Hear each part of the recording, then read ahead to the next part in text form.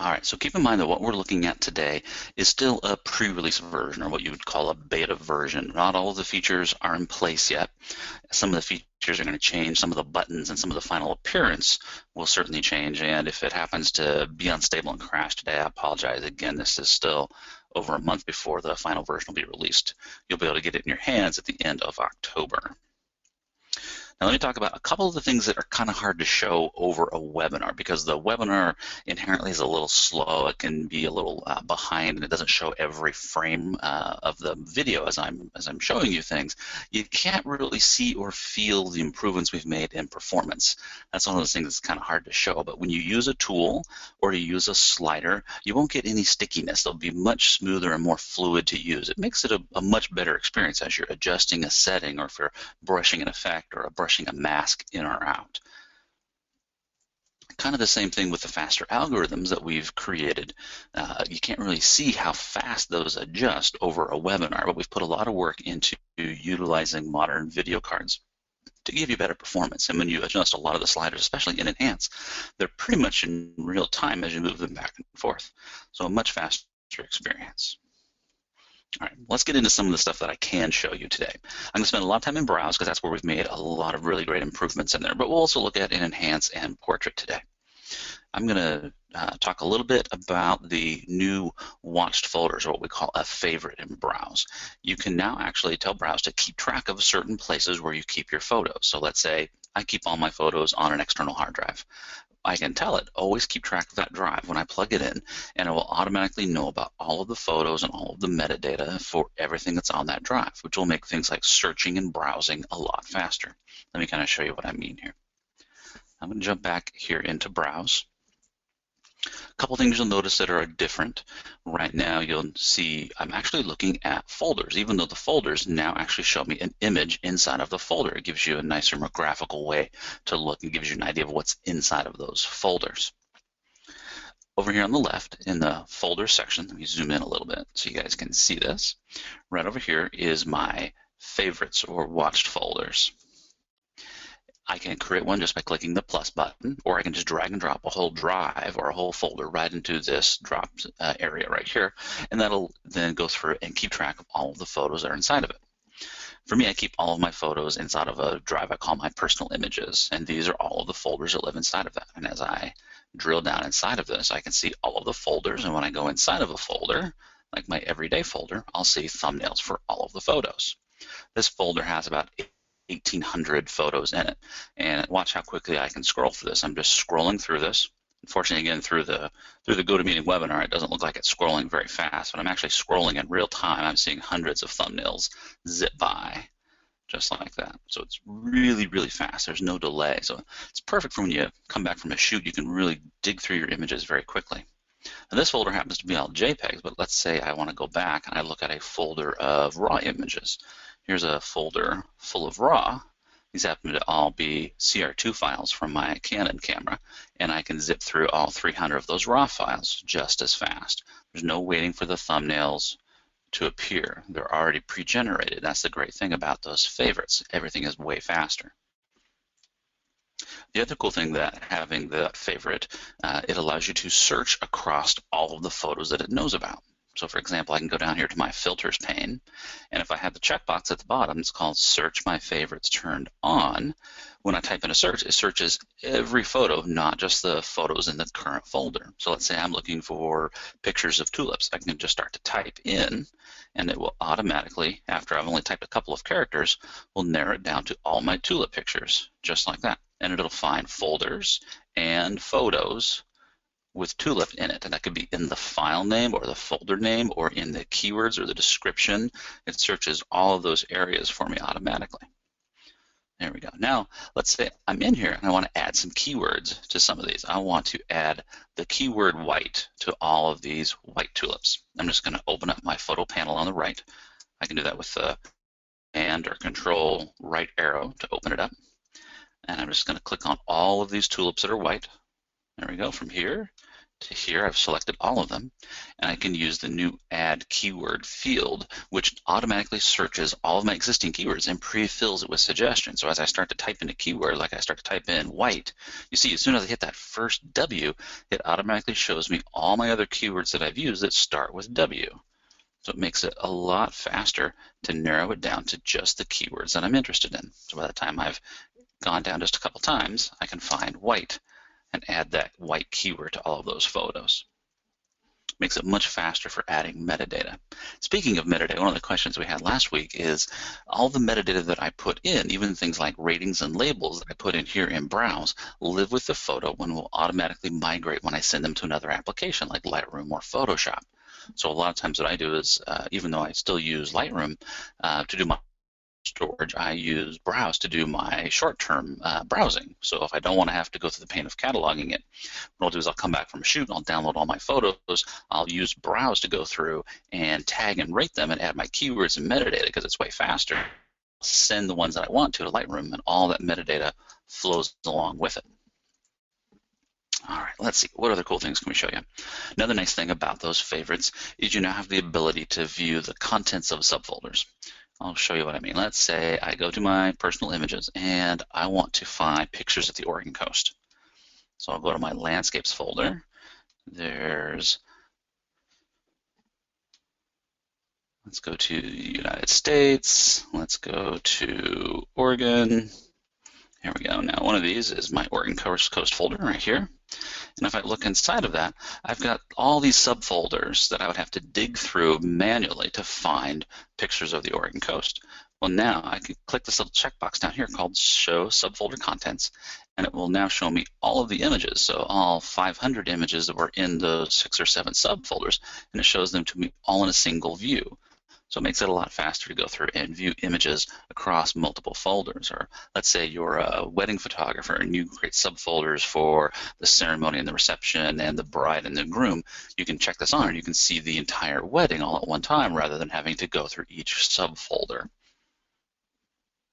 All right, I'm going to take a quick pause here and see if Nathan has any questions out there we should answer for the audience before I move on. Yeah, Dan, I do. Can you hear me okay? Yep, I hear you great. I'm getting a lot of questions about how the plugins are going to integrate. That's Photoshop, Lightroom, and Aperture. And so if you want to talk about the way they work inside of those applications and what the alternatives are for people that may not want to work with a cataloging or a library like Aperture and Lightroom use. Sure. Well, there's actually a lot to talk about around there. So the first thing is the ability to send your photos from Browse to other places. If I wanted to work on a photo somewhere else, I can simply just click on a photo, right-click, and then I can send it to other imaging applications. We'll automatically detect things like Lightroom and Photoshop and Aperture and Photos if they're on your computer. But you can also send to any other application. You can set up your own external editors. Like you could set up Mail if I wanted it to be able to automatically email a photo, or if I used another external editor, I'm trying to think of one, like something from MacFun. I could send it off to another application just as easily from here. However, with those applications that are kind of first-class citizens to us, like Lightroom and Aperture and Photoshop, we also provide plugins to those as well. So if you don't use Browse as your front end to your workflow, let's say you use Aperture or you use Lightroom, inside of those applications I can select a photo or a group of photos and send those to any of the editing modules like Enhance or Effects or Portrait and work on them directly, and it'll round trip and send them back to Lightroom or Photoshop or Aperture. We've made some cool changes actually with version 10. You can now go to any of those modules at the same time. So it used to be that if I was working on a portrait image, I would send it to Portrait, and then if I wanted to go work in Effects, I'd have to wait for it to go back to Lightroom or back to Photoshop, and then I'd have to send it to Effects. You can now actually bounce between modules within the same session. We've also made some changes for Photoshop plugin users where you can now find them under the filter menu rather than the file automate menu, which makes them easier to use. It also makes them faster and use less memory as you send it from Photoshop to the plugins, and it'll also automatically remember your last used settings. So some cool adjustments there. All right, any other questions, Nate?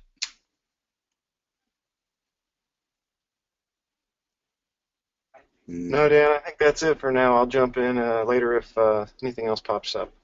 Okay, great. All right, let's now talk about albums.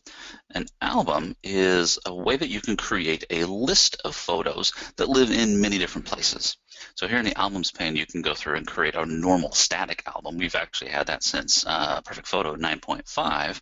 Now we've added what are called smart albums, and a smart album allows you to find photos based on search criteria in all of your favorites. So I want to create a smart album that lets me find all the photos that I took on my iPhone this year. So here in the album pane, I'll just click on the plus button. I'm going to say create a new smart album. I'm going to give it a name. I'm just going to call it my iPhone pics. I'll pick a date range. I'm going to say created this year. And I'm going to pick which field to search. I'm going to search what's called everything. That searches every field that I can search. And I'll just type in iPhone. So there we go. It'll find all the pictures shot on my iPhone within the last year. I'll hit OK. There we go. Now in the album pane, I can click on that iPhone pics, and it's automatically found 800 photos that I shot on my iPhone this year, just like that. So super fast way to find just the photos you're looking for. The other cool thing you can do with an album or with a favorite now is you can now share it with our PhotoVia service and be able to publish it to your iPhone or your iPad. All you do is you just right-click on something you want to share and select Publish to PhotoVia right there. Once it's published, it'll have a little cloud next to it. You notice that this album right here, my architectural favorite photos, has already been shared to PhotoVia. Let me kind of show you what it looks like inside of PhotoVia. Here we go. So here we are on the iPad. Here's those same photos that I was just looking at inside of Browse, and they get automatically published to my iPhone or my iPad via my PhotoVia account. Your PhotoVia account is a free account. It uses your storage service like Google Drive or Dropbox to synchronize those photos. It allows you to view them, zoom in. You can browse the albums and the folders that they live in on your computer. You can also change their ratings and their flags, and that metadata will automatically go back to your desktop. This is what I do: is I'll go on a shoot. I'll shoot a couple hundred images, and rather than having to sit at my computer and go through and pick out my favorites, I can sit on the couch with my wife, and I can go through and I can pick my favorites on my iPad, and all that metadata just gets shot back to my computer, so that when I actually go to do some real work on them, it's already ready for me to go. You can zoom in, you can view additional metadata about when it was shot and where it was shot, what the camera settings were, and of course you can use all of the editing and sharing options that you have on iOS. So I can send it to other editors, or I can share it to Facebook or Instagram or Twitter or any of those other sharing options.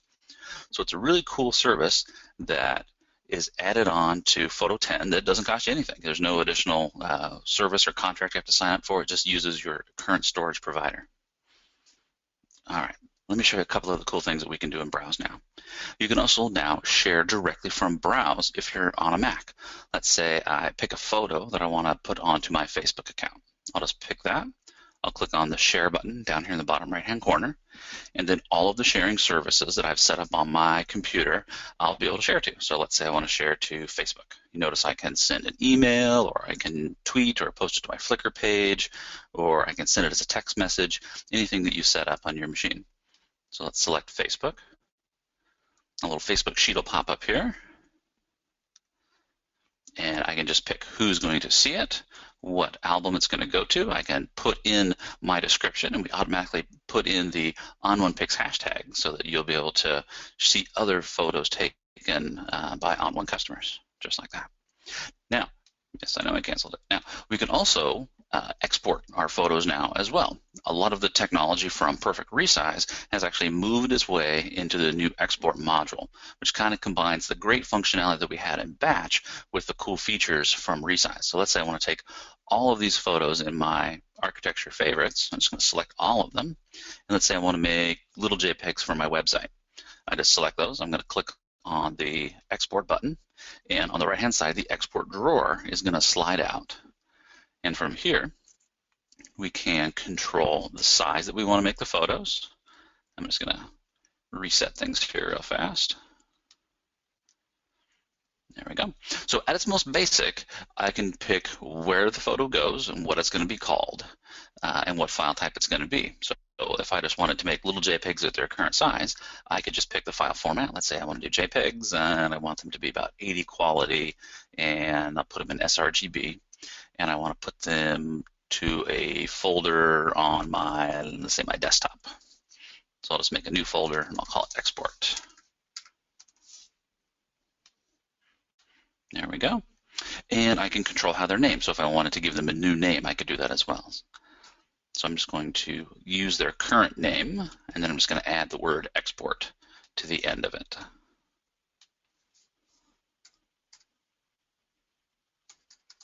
There we go. So it'll keep the current name dash export on these. And if I hit export, I would get JPEGs of all of these files that live in many different places, all saved in the same file type and compression to this folder on my desktop. But I can also add more to it. Up here at the top, there's a little plus button. I can go in and I can resize them. So let's say I pick the photo size option. This uses the algorithm from Perfect Resize to resize those photos. Let's say I want to save them for my website. So I can pick the long edge, and let's say I need 1200 pixels for my website. There we go. And maybe I want to add a little bit of sharpening to them as well. So I can go to that same pop-up, and I'll select sharpening. And we'll use a little bit of sharpening, because when you size things down, they tend to get a little soft. And maybe I want to add my logo as a watermark. So I'll select the watermark option. There we go. It automatically remembers my logo. I can pick where I want it and how big I want it to be. Let's say I want it to be about half that size, and I want it to be a little softer. There we go. Now, if I hit export, it's going to take all those files. It's going to make small JPEGs with my watermark that have been sharpened. So it's a cool way to go through and batch process your images for whether you're putting them on your website or you want to share them or you're submitting them to your stock agency. And you can do this with lots of photos or just a single photo. If I'm just making a single photo that I want to add gallery wrap wings to and sharpen so that I can send it to my lab for printing, same process without having to go through all the pain of going through a whole resize module. All right, so that's the cool new export module. All right, I think that's all I wanted to show you guys in Browse today. Let's go ahead and take a look at some of the changes we've made to Enhance. Before I do that, though, I'm just going to check with Nathan and see if we have any other questions. Yes, Dan. What is the status with Android? So with PhotoVia, I assume we're thinking of PhotoVia. PhotoVia is available for iOS devices, for iPhones and iPads. It's not available on Android currently. Depending on the popularity of PhotoVia and the feedback we get from our customers, we may add an Android version in the future, but it's not currently planned. Thanks, Dan. You bet. Let's see, I'm going to grab a photo I want to work on here. Let's grab this color landscape photo, and I'm going to send it to Enhance. You notice over here on the right-hand side, this is where the module selector lives now, and I'll just click on the Enhance icon to open it in Enhance.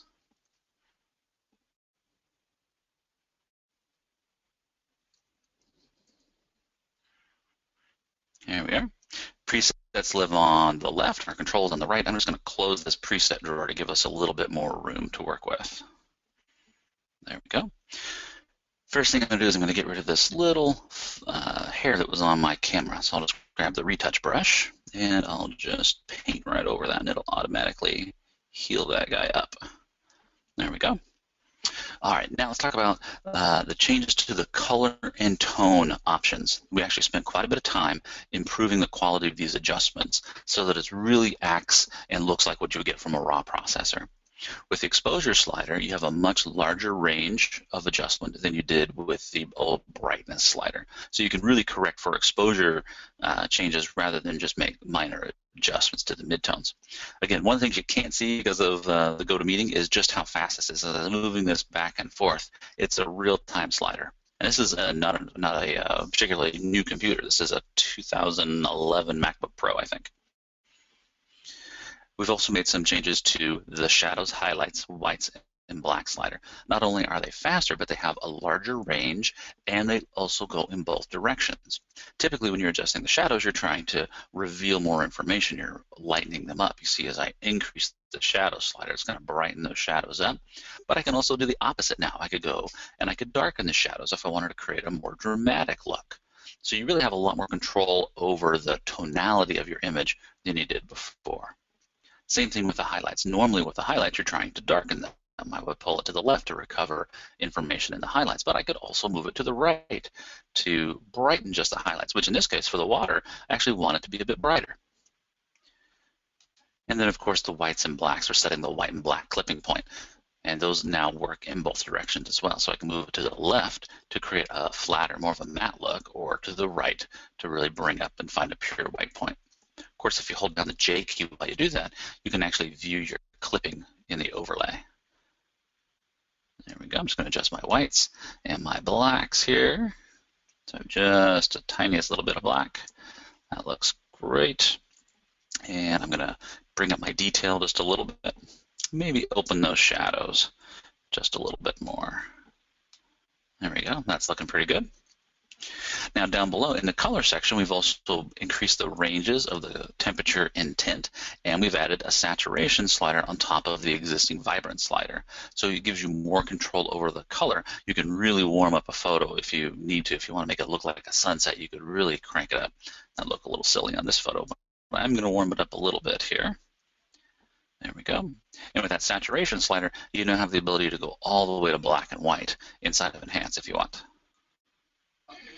Dan, are we going to be able to paint in and paint out some of these adjustments that you're making right now in Enhance? Not in Enhance, but in Effects, yes. So in Effects, you still have the ability to paint in and paint out and use any of the masking tools on any of the effects. Enhance is kind of designed to be your first round of editing. This is the one where you're adjusting the entire image back to ideal, or what you saw through the camera. When you want to go in and make local adjustments, you would do that in Effects, and you can do local adjustments for any of the type of adjustments that I'm doing here, plus many, many more.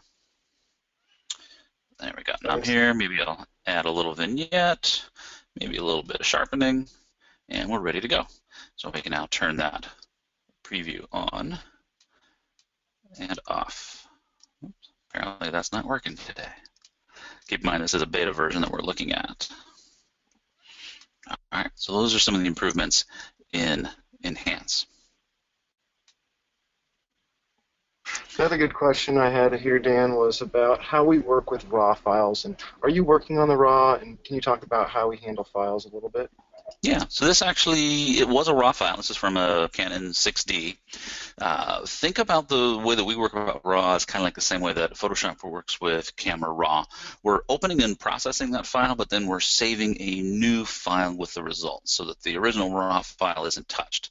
So you're getting a PSD or a TIFF or a JPEG, and you actually choose that in your preferences, what you want. I tend to always pick the PSD Smart Photo option so that I can go back and re-edit any of my options. It's a non-destructive way to work on those files. So for the actual RAW processing component, that's actually handled by the operating system on the Mac. It actually does the RAW processing. And then on Windows, we have our own RAW processing library that actually opens the file up, and then we do all of our adjustments and enhance or portrait effects on the data that's given to us from that RAW processor. All right, let's see, I think I got one more I want to show you here, and that's some of the improvements we've made to portrait. I'm just going to select the portrait image, and I'll click on the portrait icon over here in the module selector.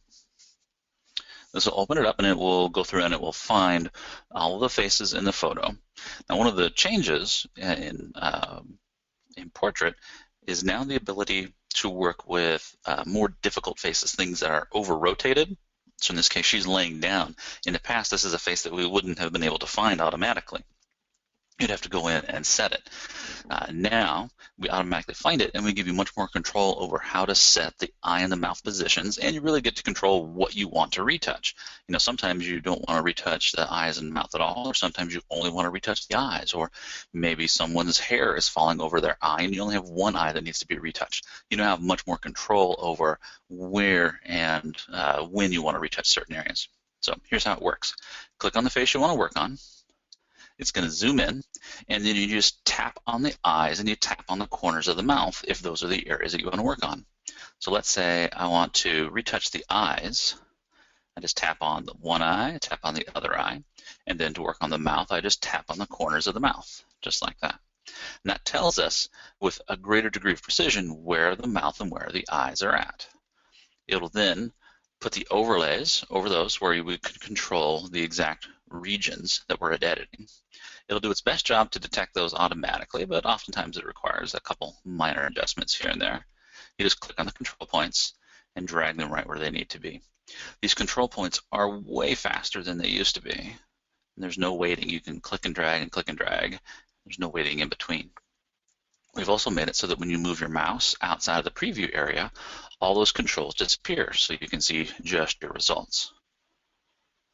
I'm going to make a couple adjustments here. I'm going to bring up the smoothing slider just a little bit, and I'll add a little bit of color correction here just to bring a little bit more warmth back into her skin. And I'm going to increase the retouching on the eyes just a little bit. There we go, just like that. Let's take a look at our before and our after here. So there's the original before, and there's after, just by adjusting a couple sliders very quickly. So it's the fastest way to get natural looking retouching, and you can do it with multiple portraits in the same scene with much more precision than you did in the past. You can now also quickly view the skin area by clicking on Adjust Skin Area, and this will actually preview the mask. Oops. And it looks like they're working on the mask preview here. There we go. Now I can view the area that's selected for the skin, and then I can easily add and subtract to that automatic skin selection area. So it's getting a little bit of her hair in there that I don't want, and a little bit of her cheek that got missed that I do want. So we have full control over adding and subtracting in that skin mask. It does a really good job automatically, but I can still go in and fine-tune it based on my own preferences, especially on more difficult images. There we go, just like that. All right. Let's see, I probably skipped around a bunch here. Let's see if there's anything I missed. So we talked a little bit about how resize now lives inside of that export module. All the cropping for resize is done with a crop tool, either in Enhance or in Effects, and that's where you can crop and resize all in the same shot. If you're trying to do big resize changes, or you want to do sharpening or gallery wrap or tiling, that's all handled through the export module now. We've talked about the enhanced color and tone controls inside of Perfect Enhance, and we've talked about the better retouching controls inside of Portrait. All right, next week we'll talk more about Perfect Effects. I wanted to show you guys this this week, but it's not quite ready to go. But we've made some really big changes in Effects. We've streamlined the preset categories. All the presets now live at a level where the user, that's you guys, can actually go in and move and change them and reorder them or rename them so that you have full control over it. So if you like a certain preset but you wish it was just a little bit different, you can make that change and save it, and it'll be your version of that preset. We've also now added the ability to mask the entire stack. So if I add a preset, I can now mask that entire preset in or out, or change its blending modes. We've also made it a lot easier to control the filters within the stack. And we've also taken the power of black and white and moved that inside of Effects as well. You still have all of the same presets, all of the same looks that you created with black and white, but it now lives inside of Effects. The cool thing about that is it allows you to add things to it that you couldn't do in the past. For example, everybody wanted to have dynamic contrast inside of black and white. Well, now you can add dynamic contrast or HDR look or any of the other filters from Effects and use it with your black and white workflow, but still have the exact same black and white conversions and tools like the target brightness tool and all of the presets inside of Effects. So you can still create the exact same looks, just with a broader tool set. All right, I think we got time to answer some questions here. Nathan? No, overall, Dan, I think you covered most of it. People are asking if there's an upgrade price. There is an upgrade price, which is the $89.95 price, and that's available on the website. And if you pre-order, you get all the extra good stuff that we got offered there, Matt's training. I'm just reading through some of the other comments. Okay. Yeah, keep in mind, I think that $89.99 price is a limited term introductory price, so you want to get that on the website soon before it goes back up to the regular $99 price. Yes, a popular question is, will the presets in 9 transfer over? Dan, I'll let you answer that one. You bet. Any presets you created in 9, actually even going back to 6 or 7 or 8, all of those will automatically migrate over to 10 when you install it. Anything you've created will come across, any textures that you've added, or any borders or backgrounds you've added, those will all get migrated over for you as well. And when you install Photo 10, it will gosh, my mind just went blank. It'll support what we call side-by-side. That means it doesn't replace your old version, so you can keep your 8 or 9 versions installed and still use 10. Of course, if you only want the newest one, there's that option in the installer as well. Another thing that we're doing for Photo 10 customers is we're allowing it to install Perfect Resize 9.5. So for users who prefer the older resize workflow, you'll still be able to maintain that inside of Photo 10. Thanks, Dan. Cool. I think that's it for questions as far as I can tell. Okay. Well, thanks everybody for coming. Again, this is recorded. It'll be posted in a couple of hours. Check out the website. There's lots of good information. If you want to order either the upgrade or purchase the new version, you can do that on the website today. It'll be shipping at the end of October, and there's going to be all sorts of great videos and tutorials coming out over the next month to give you the best head start on how to use it. All right, everybody. Thanks for watching. Have a good day.